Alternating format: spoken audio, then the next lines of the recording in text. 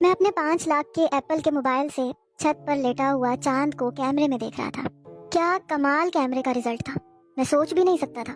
सब कुछ साफ साफ नजर आ रहा था। मेरे चाचा इंग्लैंड में रहते थे।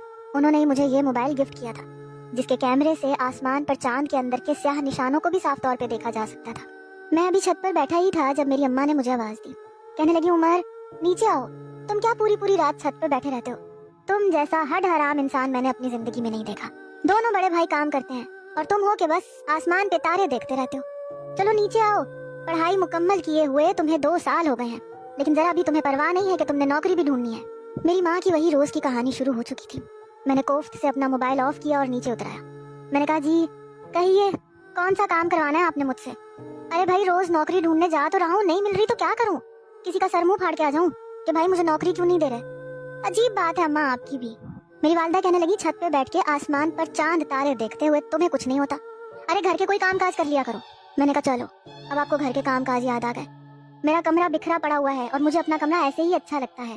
अगर मेरे कमरे की कोई सफाई कर देता है तो मुझे सब कुछ तरतीब में रखा हुआ नजर आता है, तो मुझे कुछ होने लगता है। मुझे अपनी जिंदगी में तरतीब बिल्कुल पसंद नहीं थी, ना ही मुझे अपनी जिंदगी एक जैसी पसंद थी। मैं चाहता था कि हर रोज कुछ नया हो। हमारा घर तो बड़ा था, लेकिन दोनों कुशादा और बड़े कमरे बड़े भाइयों को मिले हुए थे। मुझे सबसे छोटा कमरा मिला हुआ था, जहाँ पर मुझे लगता था कि मेरा सामान पूरा आ ही नहीं सकता।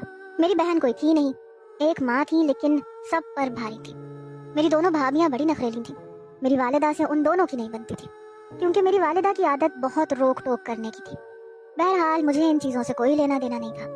दोनों भाभियों ने शुरू में मेरे कमरे को बड़ा साफ सुथरा रखने की कोशिश की, लेकिन जब उन्होंने देखा कि मेरे कमरे को 100 बार भी साफ करने का कोई फायदा नहीं है, तो उन्होंने ये कोशिश छोड़ दी।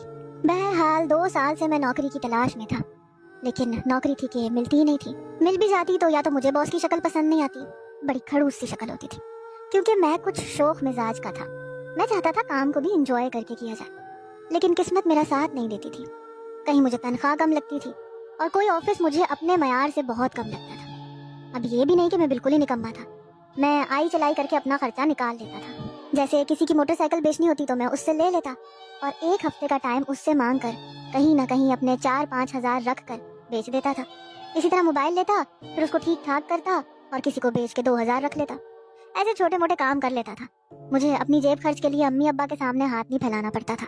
अम्मा ने मेरी जान खाई हुई थी, बस मेरे पीछे पड़ गई कि किसी ना किसी तरह तुम नौकरी ढूंढो। तुम्हारे भाई तो आधी तनख्वाह मेरे हाथ में रख देते हैं,